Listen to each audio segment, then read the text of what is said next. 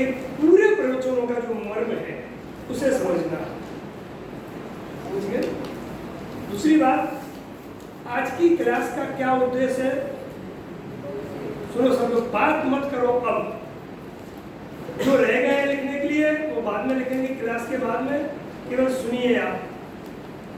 Pen सबके बंद हो जाए, किसी का पेन चालू नहीं रहे, केवल सुनना है।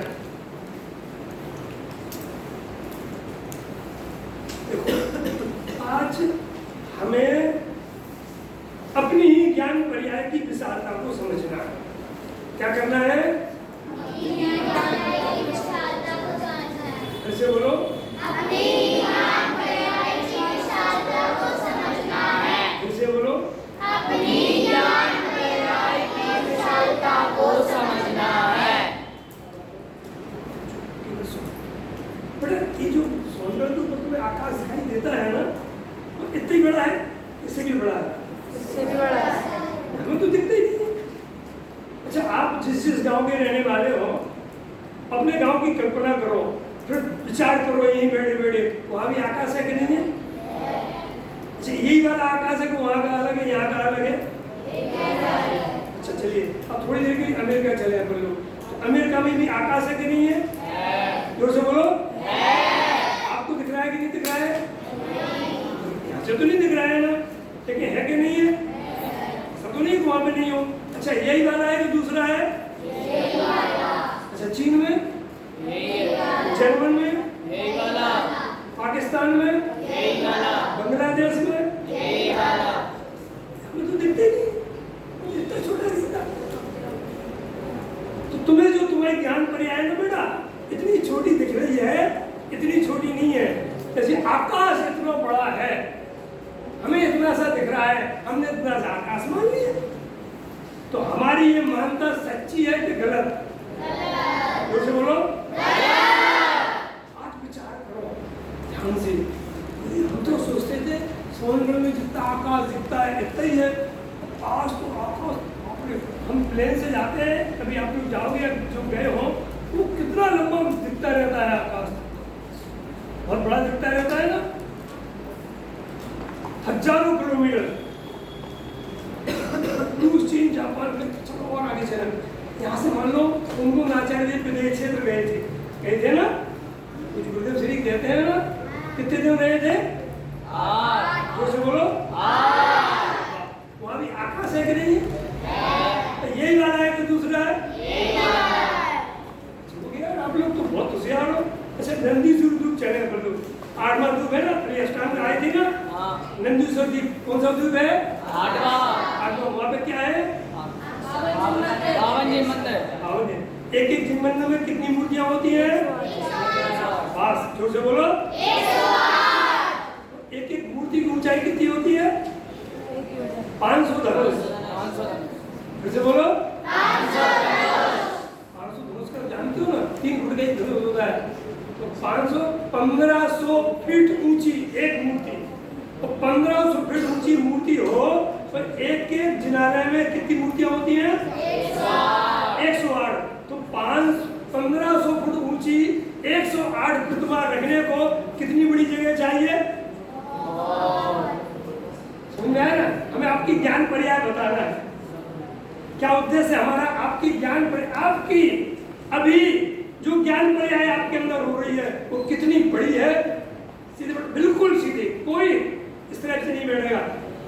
एक कहानी सुना दे आपको इस तरह बैठने की घटना की, फिर आप कोई नहीं बैठेगा। एक बार क्या हुआ, प्रवचन में 2 लोग बैठे थे, एक भाई, एक दूसरे भाई बाजू में। जो पीछे बैठा था कैसे बैठ गया, आप लोग बैठ जाते हो ना पैर फंसा करके, वो था कपड़े का दुकानदार। समझ गया ना? तो हुआ क्या, उसे स्वप्न आ गया, प्रवचन में बैठे बैठे ग्राहक आया। पुराने जमाने की बात है, उस समय कैंची नहीं चलती थी, हाथ से हमने देखा अपने पिताजी को, वो हाथ से 2 उंगली में कपड़ा फंसाते थे, ऐसे फाड़ के दे देते थे। पहले थोड़ा फाड़ेंगे तो दोनों हाथ से फाड़ देते थे। हुआ क्या कि वो बेचारा बैठा था, कौन? ऐसे हाथ वाला नहीं, पीछे वाला। तो उसने क्या किया कि स्वप्न में ये विचार किया ना, ग्राहक आया है, भाव नक्की कर लिया, कपड़ा भी नाप लिया, तो आगे वाला जो बैठा था ना उसका कुर्ता पकड़ा और उसको दोनों कुर्ते पड़ गया उसका कुत्ता। बोले ये तुमने क्या किया? उन्होंने बोले ग्राहक को कपड़ा दिया था। तो ऐसा आपके पीछे कोई सोए तो उसे जगाते रहना। एक घटना। दूसरी घटना, एक आदमी ऐसा बैठा था, एकाएक नींद आ गई, हाथ खुला तो एक इसके गाल पे एक उसके गाल पे। तो आपको कोई चाड़ा नहीं मारते, इसलिए किसी को ऐसे नहीं बैठने दे, अपने पीछे किसी को सोने नहीं दे। चलिए अपने विषय पे आए अपन लोग। सुनिए, देखो हम ये कहना चाहेंगे आपको, आज का विषय क्या है? बोलो आज का विषय क्या है? अपने ज्ञान पर्याय की विशालता। बोलो अपने ज्ञान पर्याय की विशालता। हमारी वर्तमान में ज्ञान पर्याय कितनी बड़ी है, इसके लिए हमने उदाहरण क्या दिया था? आकाश। अब अपन चलते हैं, आपके नोट जो आपने लिखे हैं उसमें निकालो लब्ध और उपयोग। मिल गया ना? अंश हम सबसे बीच में आएंगे, पहले लब्ध और उपयोग का निकालो। छतमस्त जीव के ज्ञान का व्यापार। मिल गया ना? हाँ पढ़ो जरा। छतमस्त जीव के ज्ञान का व्यापार लब्ध और उपयोग दो रूप में होता है। लब्ध में भी जानना होता है, परंतु वह उपयोग में आने पर भी करना आता है। सुनो बहुत बढ़िया बात है। तत्वार्थ सूत्र कौन से आचार्य ने लिखा है? सबको पता है, हमने तो सुना है, तुमने नहीं लिखा? अमृतचंद ने लिखा होगा, सामंत पक्का है। अच्छा, जो ये चाहे मैंने जिनके मन में लग रहा है कि सामंत बदन ने लिखा, वो हाथ खड़ा करो। सब जानते हैं उमा स्वामी के तत्वार्थ सूत्र में एक सूत्र आता है, हम बोलेंगे, इसके बाद आप बोलोगे लब्ध उपयोगो भावेन्द्रियम। इसे बोलो इसे बोलो। ये काय का सूत्र है? तत्वार्थ सूत्र का। और ये तत्वार्थ सूत्र किसने लिखा है? कब लिखा गया? आचार्य कुंदकुंद के बाद, अर्थात लगभग 2500 वर्ष पहले। कितने वर्ष पहले? संस्कृत का सबसे पहला ग्रंथ था तत्वार्थ सूत्र। इसके पहले ग्रंथ प्राकृत में लिखे जाते थे। कौन सी भाषा में? सबसे संस्कृत का पहला ग्रंथ कौन सा है? बोलो। उसके कौन से सूत्र की चर्चा चलती है? लब्ध उपयोग। देखो ये लब्ध और उपयोग क्या होता है, ये समझो बेटा। एक शब्द को बड़े ध्यान, हमारा चेहरा देखो, नीचे मुंडी मत करो। पढ़ना हो मजा तभी आएगा। आगे पीछे मत देखो, दाएं बाएं मत देखो, यहाँ देखो केवल। हम आपको देखेंगे, आप हमें देखें। मिस्टर, अपना चेहरा कोई छुपाएगा नहीं। ऐसे नहीं बैठ रहे हैं कि दूसरे के सर की आड़ में हम बैठ गए, ऐसे भी नहीं बैठ रहे हैं आप। सुन ध्यान से। लब्ध माने क्या होता है? जो डिपॉजिट में पड़ा हो। उपयोग माने क्या होता है? जो प्रयोग में आ रहा हो। हमारे पास 5 करोड़ रुपए हैं। कितने हैं? 5 करोड़। बोलो 5 करोड़। हमने 4 करोड़ रुपया तो बैंक में रखे हैं और 1 करोड़ रुपया घर में खर्च करने को रखे हैं। तो लब्धि कितनी है हमारी? 4 करोड़। बोलो 4 करोड़। उपयोग में कितना है? 1 करोड़। ऐसे बोलो 1 करोड़। और यही यहाँ समझना है बेटे कि अभी केवल पूरी ज्ञान पर्याय की चर्चा नहीं चल रही है। ज्ञान पर्याय के एक छोटे से डिपार्टमेंट, छोटे से अंश की बात कर रहे हैं, समझे ना? अब अपन एक बार पहले सबसे ऊपर के जो लिखा वो चले, अंश और अंशी। देखो जरा, निकालो निकालो जल्दी कॉपी अपनी। हाँ, अंशी के नीचे क्या लिखा है? यदि विश्व अंशी है, माने विश्व एक मोटी इकाई है, तो उसके अंश क्या थे? बोलो 6 द्रव्य। जब द्रव्य एक अंशी है, इसके अंश क्या है? गोला प्रदेश। इसे बोलो गोला प्रदेश। इसे बोलो। देखना, गुण और प्रदेश बड़ा है कि द्रव्य बड़ा है? द्रव्य अंशी है ना। जैसे मनुष्य है, तो मनुष्य बड़ा है कि आंख बड़ी है? नाक बड़ी है कि मनुष्य बड़ा है? क्योंकि इसके तो अंग है ना, अंशी है ना, समझ गए ना। ऐसे ही आगे चले तो जब अपन गुण को अंशी कहते हैं, इसके अंश क्या है? गुण, गुण के अंश पढ़ो। हाँ, अनादि अनंत पर्याय, अर्थात पर्याय, जितनी भी पर्याय है ये क्या है? गुण के अंश। फिर से बोलो, गुण के अंश क्या है? अब और आगे चले, यदि हम पर्याय को अंशी मानते हैं, क्या माना पर्याय को? अंशी। तो अंश क्या होंगे पर्याय के? इसे बोलो, एक साथ बोलो, अनंत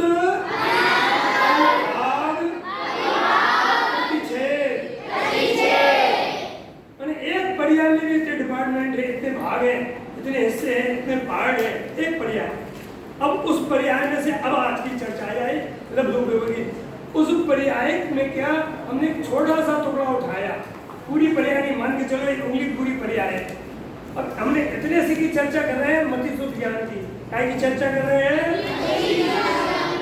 ये बाकी अभी इसकी चर्चा तो करेंगे, आज इसी के बारे में समझाना है। आज का विषय क्या है? पर्याय का मूल स्वरूप। क्या है? हमारी ज्ञान पर्याय का मूल स्वरूप। हमारी ज्ञान पर्याय का मूल स्वरूप। से बोलो, हमारी ज्ञान पर्याय का मूल स्वरूप। बोलो, हमारी ज्ञान पर्याय का मूल स्वरूप। बेटा एक बात बताओ, ये आपको आपकी ज्ञान पर्याय का मूल स्वरूप जानने की इच्छा है कि नहीं है?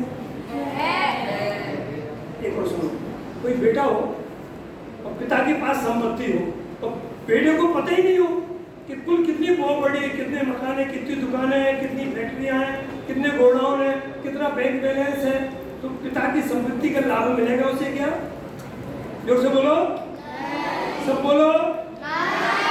तुम्हारी ज्ञान पर्याय में क्या है, कितना है, उसका तुम्हें पता नहीं हो तो तुम्हारी ज्ञान पर्याय का लाभ मिलेगा क्या तुम्हें?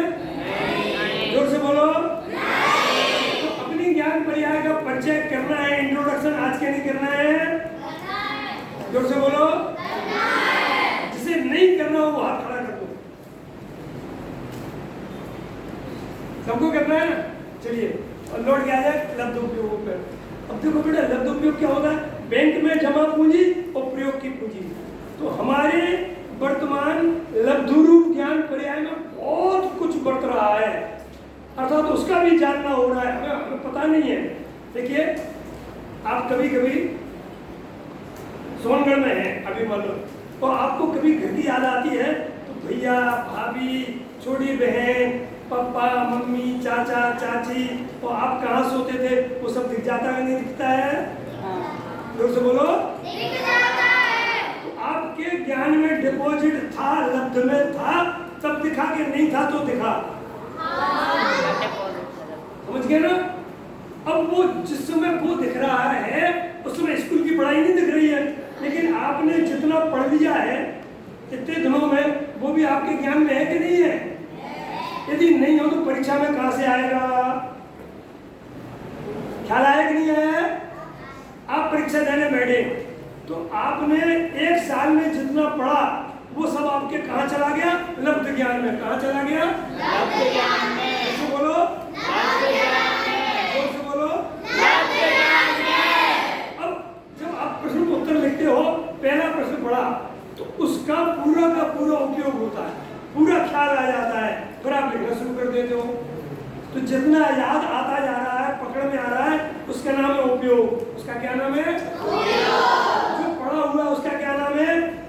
लब्ध। जो पढ़ा हुआ है वो अब सुनो ध्यान से बेटा, मान के चलो कि यहाँ पे कोई ऐसा व्यक्ति है बहुत अच्छी क्रिकेट खेल लेता है, यहाँ पे भी धर्म का पढ़ रहा है, तो कैसी बॉल है, हमें कैसा बैट घुमाना है, उसके ज्ञान में अभी है कि नहीं है?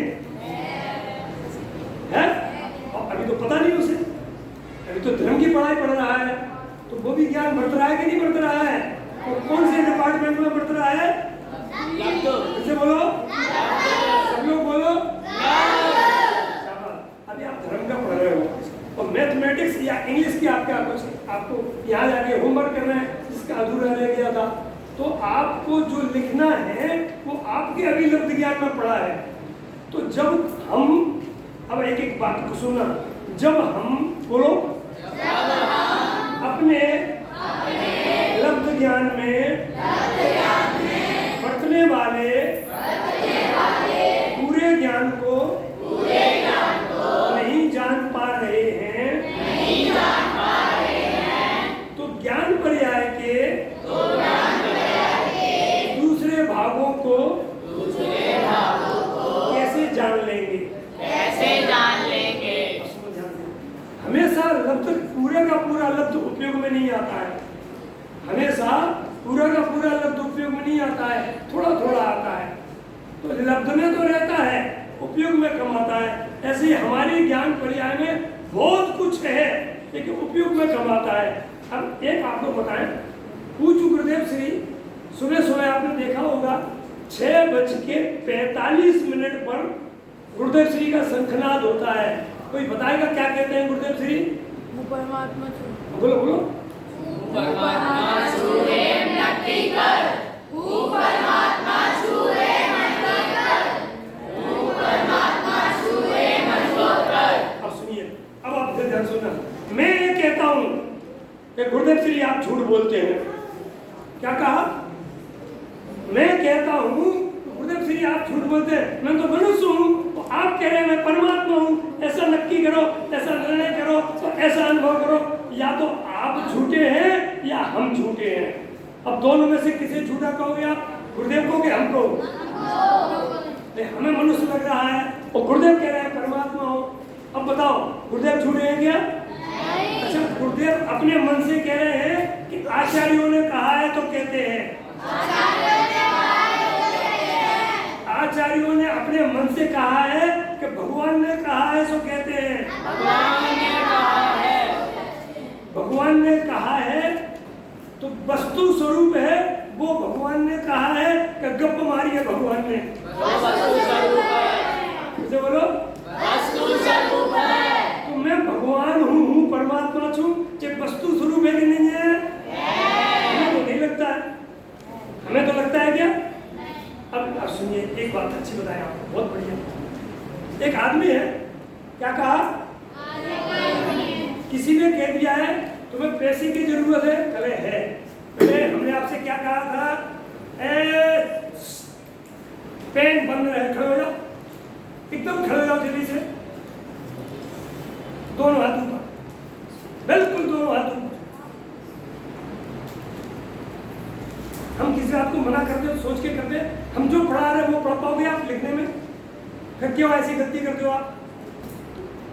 अब करोगे? बैठ जाओ।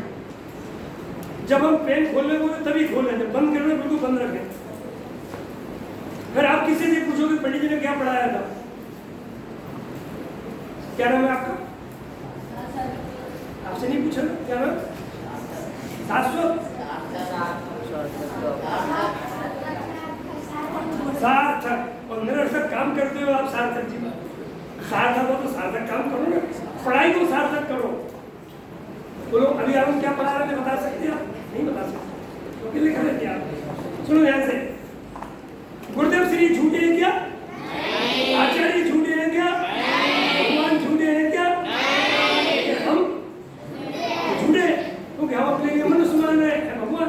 अब सुना, मिथ्यात्व की परिभाषा आखिर में क्या लिखी? सबसे आगे पढ़ो। विपरीत मानता को जैसा वस्तु का स्वरूप वैसा ना मान के उसके विपरीत मानना जानना ही मिथ्यात्व है। हमारा इनको सार्थक को खड़ा करने के पहले एक बात आ रहा था, कोई बता सकता है क्या कह रहे थे? नहीं आपको याद है? हाँ चला, एक बात को बोले थे। एक आदमी था, उसे पैसे की जरूरत थी। एक आदमी था, उसे पैसे की जरूरत थी। पंडित जी के पास गया कि पंडित जी हमें पैसे चाहिए, बहुत परेशान है। तो एक काम करो, तुम एक बंद कमरे में बैठ जाओ, ऐसा ध्यान करो कि हम बहुत बड़े पड़ा है, ऐसा है, हमारे बहुत बड़े सींग हैं। ऐसा रोज 8 घंटे ध्यान करोगे तुम्हें 1 लाख रुपए मिल जाएंगे।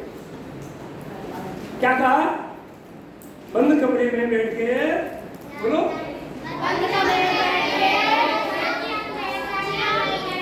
कि हम बहुत बड़े भैंसा या पढ़ा है, हमारे बड़े बड़े सींग हैं, ऐसा पंडित सलाह। वो बैठ के बेचारा। अब मैं पूछना चाहता हूँ, वो भैंसा है कि आदमी? कैसे बोलो? मान क्या रहा है? ध्यान किसका कर रहा है? बोलो। आप आत्मा हो के शरीर? कैसे बोलो? मान क्या रहे हो? मान क्या रहे हो? काय का ध्यान कर रहे हो? भैंसे का। काय का ध्यान कर रहे हो? अब सुना ध्यान से बेटा, सुनो। बहुत मैंने हमें ज्ञान पर्याय का मूल स्वरूप बताना है। हमारी ज्ञान पर्याय कितनी बड़ी है? आकाश, इंग्लैंड, अमेरिका, रूस, चीन, जापान, विदेश क्षेत्र, नंदीश्वर द्वीप और सब जगह इतना बड़ा आकाश है, हम इतना सा मान रहे हो। हमारी ज्ञान पर्याय इतनी बड़ी है, हम इतनी सी मान रहे हैं। और इसमें भी दो भाग, एक लब्ध और उपयोग। जो लब्ध में है वो तो जानने में नहीं आ रहा है, तो हम मानते हैं वो तो है ही नहीं। जो उपयोग में है उतनी से ज्ञान पर्याय को मान रहे हैं। माने आधी चौथाई पर्याय के भी चौथाई भाग को पूरा ज्ञान मान रहे हैं। ये गलती हमारी।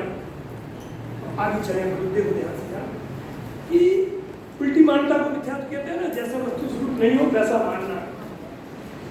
मान के चलो कि जितना हम ज्ञान मानते हैं अपना, हम कितना ज्ञान मानते हैं? 5 इंद्रियों मन, और इतने ही आपका ज्ञान हो। ध्यान से सुनना बेटे, क्या कहा? आपके पास कितना ज्ञान है? मति शुद्ध ज्ञान है। कितना ज्ञान है अभी? कैसे बोलो? आप अपने ज्ञान को मति शुद्ध ज्ञान वाला ही अपने को मानो। ये मान्यता सच्ची है कि झूठी? बात है, बहुत अच्छी। चलो दूसरे कहने का, इसीलिए तो हमने आपको कहा था, क्योंकि क्या आज बोर्ड इंगेज है ना, इसलिए हम आपको बता नहीं पा रहे हैं।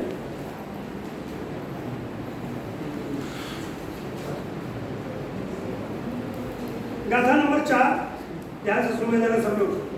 लब्ध संग्रह की गाथा, ग्रंथ का नाम लिख लो आप। चलो एक काम करते हैं, हम अपना समय नहीं बिगाड़ के थोड़े गले को आराम देते हैं, आपको बता देते हैं। आप शांति से सुन लो, इसके बाद क्लास शुरू हो जाएगी। सुनो शांति से।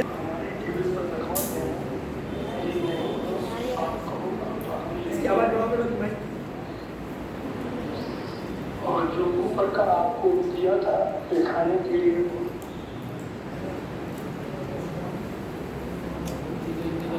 प्रवचन 48 का था। इस विश्व में एक आकाश द्रव्य, एक धर्म द्रव्य, एक अधर्म द्रव्य, असंख्य काल द्रव्य और अनंत जीव द्रव्य तथा उनसे भी अनंतों में पुद्गल द्रव्य है। और उन्हीं के प्रत्येक के अतीत, अनागत और वर्तमान ऐसे 3 प्रकार के भेद वाली निरवधि वृत्ति प्रवाह के भीतर पड़ने वाली, समा जाने वाली अनंत पर्याय है। इस प्रकार यह समस्त द्रव्य और पर्यायों का समुदाय ज्ञेय है।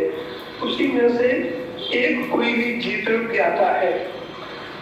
अर्थात यहाँ यह सिद्ध करते हैं कि प्रत्येक जीव का ज्ञाता है। संसार 160 गाथा वह आत्मा स्वभाव से सर्व को जानने देखने वाला है, तथापि अपने कर्म मन से लिप्त होता हुआ, व्याप्त होता हुआ, संसार को प्राप्त होता हुआ सर्व प्रकार से सर्व को नहीं जानता देखता। जो स्वयं ही ज्ञान होने के कारण विश्व को सामान्य विशेषतया जानने के स्वभाव वाला है, ऐसा ज्ञान अर्थात आत्मद्रव्य अनादि काल से अपने पुरुषार्थ के अपराध से प्रवर्तमान कर्म मन के द्वारा लिप्त या प्राप्त होने से ही बंद अवस्था को सर्व प्रकार से संपूर्ण अपने को अर्थात सर्व प्रकार से सर्व ज्ञेयों को जानने वाला अपने को न जानता हुआ इस प्रकार प्रत्यक्ष अज्ञान भाव से रह रहा है। इससे यह निश्चित हुआ कि कर्म स्वयं बंध स्वरूप है, इसलिए स्वयं बंध स्वरूप होने से कर्म का निषेध किया गया है। द्रव्य संग्रह गाथा 4 का व्याख्यात और गाथा 6।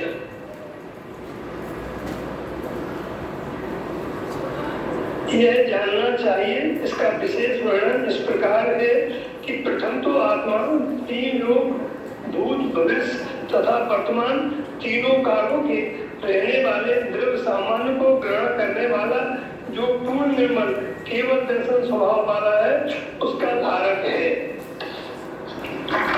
गाथा 6 गाथा 4 के ही अंत में है। और जो शुद्ध चिदानंद एक स्वरूप का धारक परमात्मा है, उसके तत्व ज्ञान की प्राप्ति के बल से केवल दर्शनावरण के क्षय होने पर मूर्त अमूर्त समस्त वस्तुओं में प्राप्त सत्ता सामान को सकल प्रत्यक्ष रूप से एक देश में भेद रहे जो देखता है, उसके दर्शनावरण कर्म के क्षय से उत्पन्न और ग्रहण करने को केवल दर्शन जानना चाहिए। अब गाथा 5 की टीका दूसरा पैराग्राफ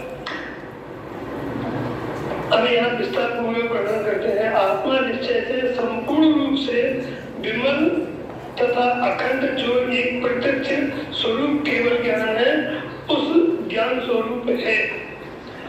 गाथा 6 का गाथार्थ 8 प्रकार का ज्ञान और 4 प्रकार का दर्शन का जो धारक है वह जीव है। ये व्यवहारने से सामान्य जीव का लक्षण है और शुद्धने से शुद्ध जो ज्ञान दर्शन है वह जीव का लक्षण कहा है। सुनो ध्यान से बेटा, हमारे जो आपने कहा था ना मति शुद्ध ज्ञान, इसे सिद्ध कर दो। हमारा जो मति शुद्ध ज्ञान उसके ज्ञान पर्याय ऐसा नहीं है। ये तो व्यवहार से जीव का परिचय दिया है ज्ञान पर्याय का। तो जो अपनी ज्ञान पर्याय को इतना ही इतना ही मानता है वह तो व्यवहाराभासी हुआ। और जो अपने ज्ञान में सबको जानने वाला मैं हूँ और सबको देखने वाला मैं हूँ, हमारी ज्ञान पर्याय उसने निश्चय से जीव का स्वरूप जाना है। अब आप खड़े होते हैं, अब आप जरा ध्यान से सुनना, क्योंकि बोर्ड तो हमारे काम का नहीं है, लेकिन पढ़ाएंगे आपको, खड़े होंगे। देखो क्या है बेटे, ये पूरा बोर्ड है, इसको अपनी ज्ञान पर्याय माने। क्या है? पूरी बोर्ड को अपनी ज्ञान पर्याय माने।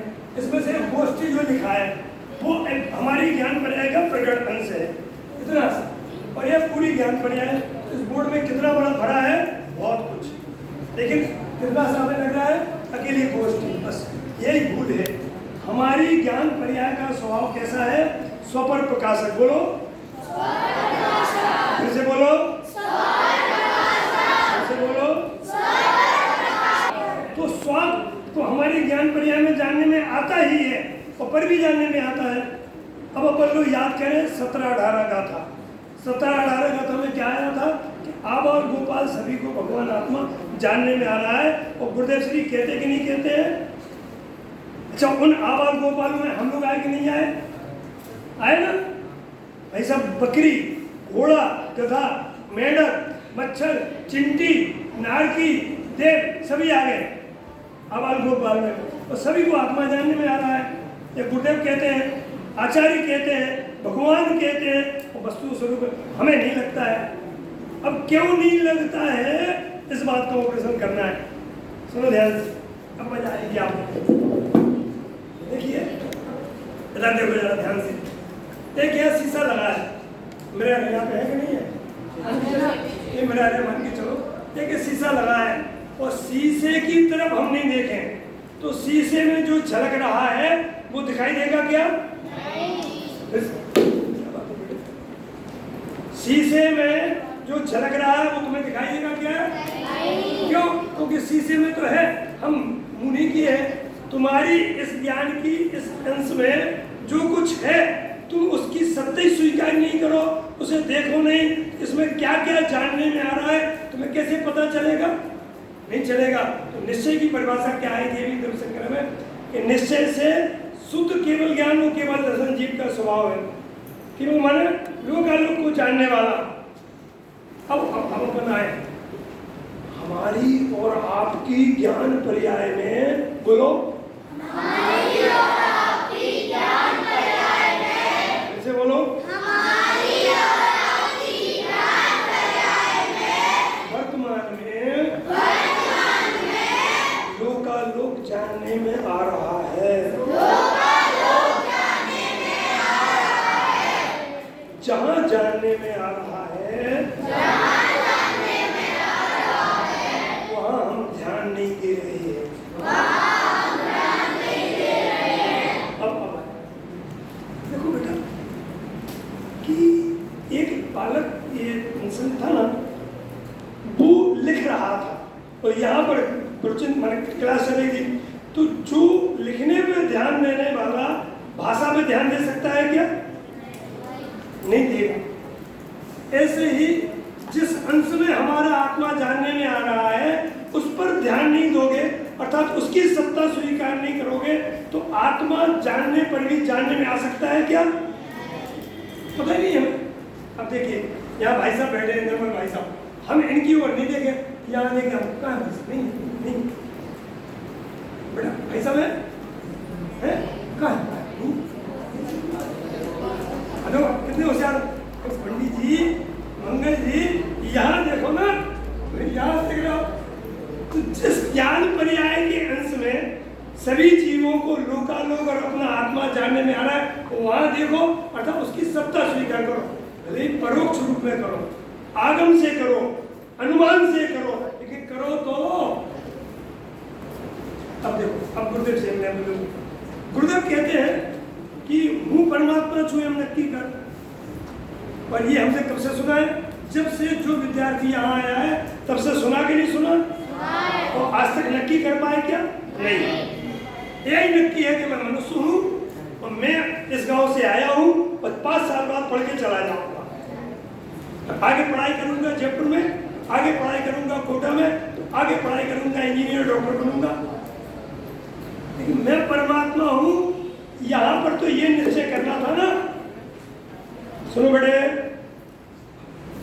कि परमात्मा तो होते हैं वीतरागी सर्वम, तो हम वीतरागी तो लगते नहीं, हमें खाने पीने की इच्छा है, खेलने की, लिखने की, पढ़ने की, हम वीतरागी कहाँ है? हमें लोकालोक का ज्ञान नहीं है, इसलिए हम सर्वज्ञ भी नहीं है। लेकिन आज सिद्ध करना है कि हम सर्वज्ञ हैं। क्या सिद्ध करना है? हमें लोकालोक का ज्ञान है। बोलो, वो ढका हुआ हो, हमने बुला दिया था ना, आपको याद है? देखिए ये क्या है? ये क्या है? मोबाइल। हमने मोबाइल को इतना ढक दिया है, तो जितना दिख रहा है उतना ही मोबाइल है कि वो बहुत बड़ा मोबाइल है। हमारी ज्ञान पर्याय जितनी आपको दिख रही है उतनी ही ज्ञान पर्याय है कि ज्ञान पर्याय का स्वभाव बहुत बड़ा है। हमारी ज्ञान पर्याय यदि सुबह प्रकाशक है तो उसमें स्वात्मा भी जानने में आना चाहिए। इसलिए 10वीं 11वीं गाथा में क्या कहा है? 17वीं 18वीं गाथा में क्या कहा है? आबाल गोपाल को अनुभूति स्वरूप भगवान आत्मा जानने में आ रहा है। अब आज निर्णय करना है कि हमें आ रहा है कि नहीं। क्या निर्णय करना है? उसे बोलो, अब सुनना, मान के चले कि हम ये कहते हैं हमें आत्मा जानने में नहीं आ रहा है। क्या कहा? कैसे बोलो? कोई नहीं बोलते, कैसे बोलो? अब ध्यान से सुनना जरा। मान के चले कि ऐसे ही वस्तु का स्वरूप हो, हमारी ज्ञान पर्याय का स्वरूप हो कि अज्ञान अवस्था में आत्मा जानने में नहीं आ रहा हो। इसे सुनिए ध्यान से। यदि यही वस्तु का स्वरूप है कि अज्ञान दशा में हमें आत्मा जानने में नहीं आ रहा है, हम मान भी ऐसे ही रहे हैं, तो हमारी ये मानता सच्ची होगी कि झूठी? झूठी नहीं। सुनो फिर से क्या कहा, एक शब्द को ध्यान से सुनो। देखिए, हम ये मान रहे हैं कि ये गाय है। हम क्या मान रहे हैं? ये रूमाल नहीं होकर के गाय हो, तो हमारी मानता सच्ची के झूठी? सच्ची। और है रूमाल, तो मान क्या रहे हैं? गाय। एक क्या है? एक क्या है? एक क्या है? हम क्या मान रहे हैं? तो यह मानता सच्ची के झूठी? अब सुनिए कि हम में मान रहे हैं कि आत्मा जानने में नहीं आ रहा है। तो वो वास्तव में आत्मा जानने में भी नहीं आ रहा हो तो हमारी मान्यता सच्ची हो जाएगी। अब ये मान्यता मिथ्या क्यों है, झूठी क्यों है? क्योंकि आ तो रहा है आत्मा जानने में, हम मान नहीं रहे हैं। क्या कहा है? इसे बोलो।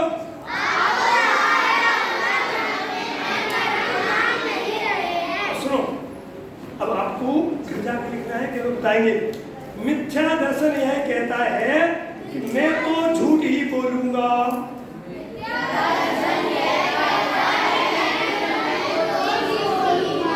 इसे बोलो।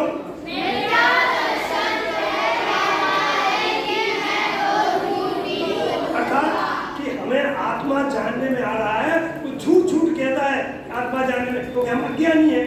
भाई साहब, अज्ञानी का अज्ञान क्यों? अर्थात मिथ्यात्व ही सिद्ध करता है कि तुम्हें आत्मा जानने में आ रहा है। क्यों? मिथ्यात्व कहता है आत्मा जानने में नहीं आ रहा है, तो वो झूठ बोलता है। तो अर्थात कैसे हुआ? आत्मा जानने में आ रहा है। देखो एक बात बताए, सुनो, एक छोटी सी घटना सुना है। उदयपुर में गल्ला बाजार था, गन्ने का बहुत बड़ी मंडी थी। एक दुकानदार ने अपने बोर्ड पे क्या लिखा है? हम जो कहेंगे उससे 50 रुपया कम के दाम पेमेंट करेंगे। क्या लिखा है? 50 रुपया कम के दाम पेमेंट करेंगे। दूसरी दुकान पे लिखा है हम जो कहेंगे उतने ही पेमेंट करेंगे। अब हम 50 किलो गेहूं बेचने गए, इस दुकानदार ने कहा हम 100 रुपए किलो लेंगे, उस दुकानदार ने कहा 75 रुपए किलो लेंगे। ध्यान से सुनना, तो किसके यहाँ बेचने में फायदा है? 75 वाले को, 100 वाले को?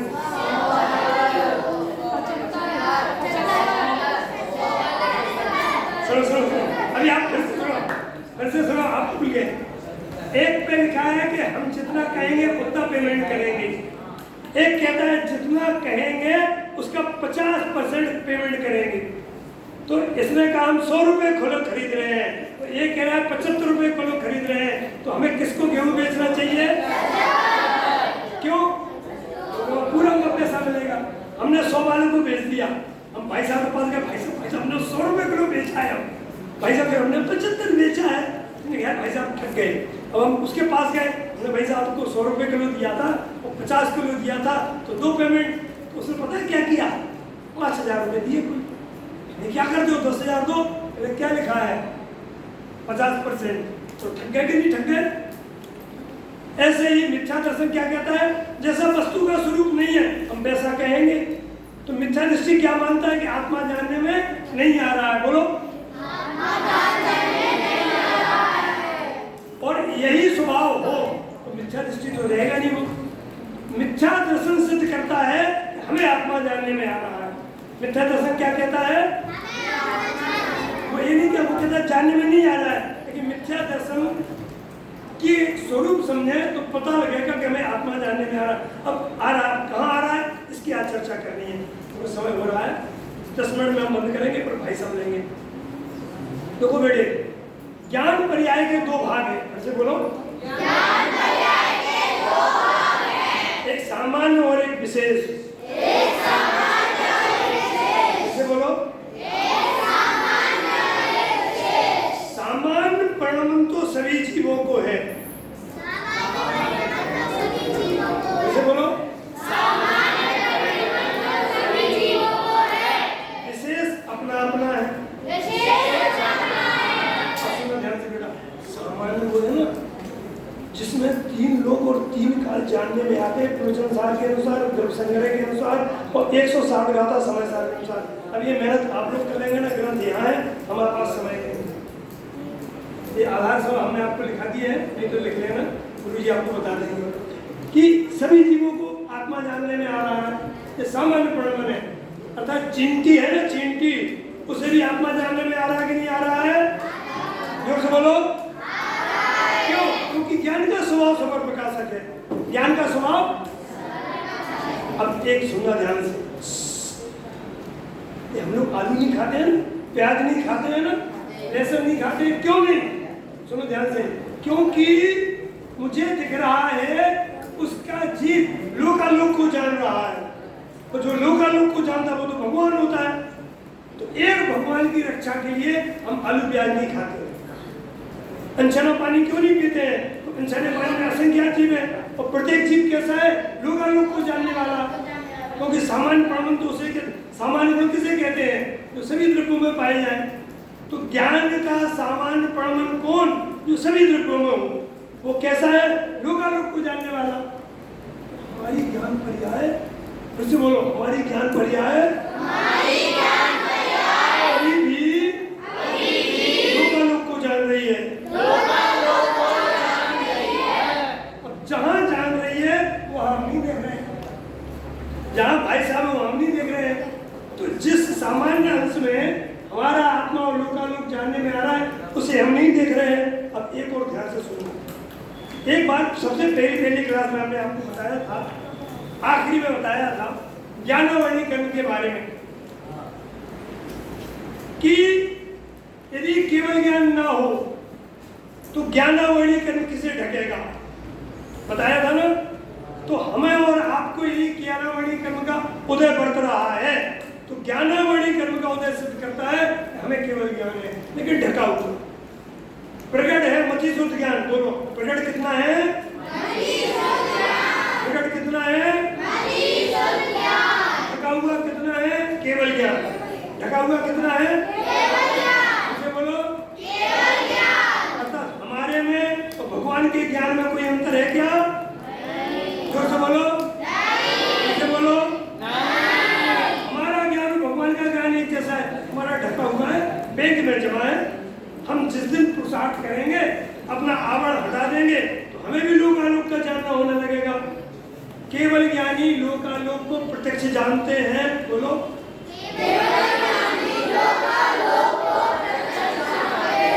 इसे बोलो।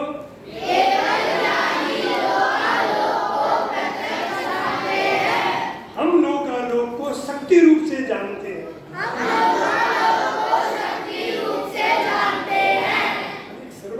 आई थी जो उसका केवल स्वरूप पढ़ के बताने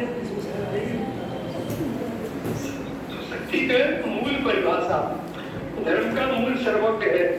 उस सर्वज्ञता के निर्णय में अनंतता गंभीरता विद्यमान है।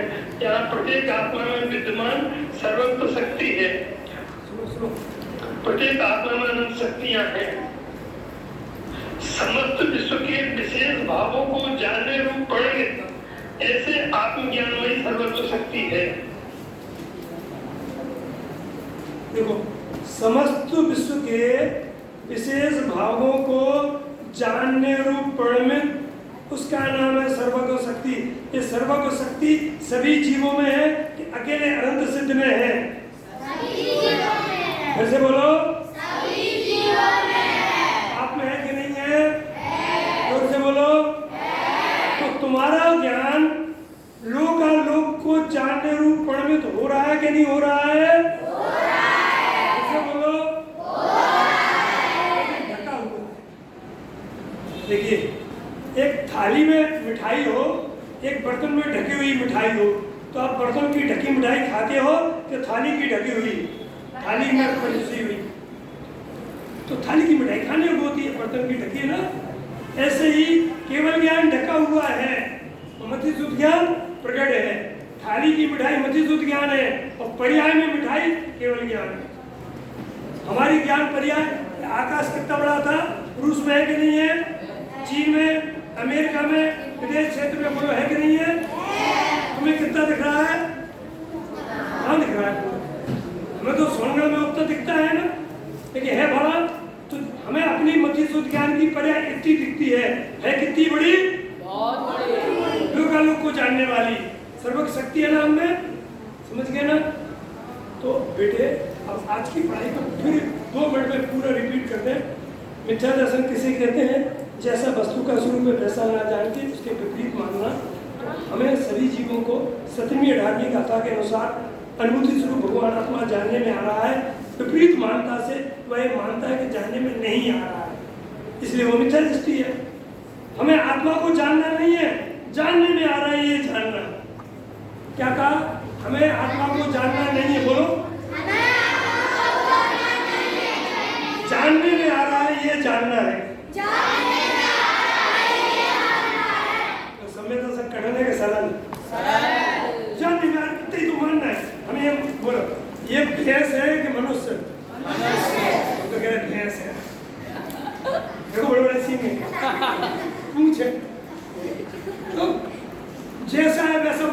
तकलीफ है क्या?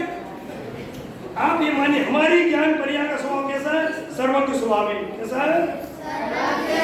लोग आलोक को जानती है, आगे में आचार्य है, तो अगर स्वभाव प्रकाश का स्वभाव अपनी ज्ञान पर्याय कितनी बड़ी है? आकाश जितनी बड़ी है। हम जितना मान रहे होती है क्या लब्ध और उपयोग ज्ञान में, जो लब्ध में पड़ा है वो है कि नहीं है? उपयोग में कितना है? बहुत कम। लेकिन लब्ध में है ना, तो हमारी ज्ञान पर्याय के इस सहज अंश में, स्वाभाविक अंश में आत्मा का लोक का जानना है, हम ध्यान नहीं दे रहे हैं, इसलिए जानना नहीं होता है। पीरियड में मति शुद्ध ज्ञान है, उतना ही लगता है हमारा, उतना ही ज्ञान है। समझ गया ना? अब हमारी विरासत बंद करके हम तो जाएंगे, चूंकि हमें जाना है।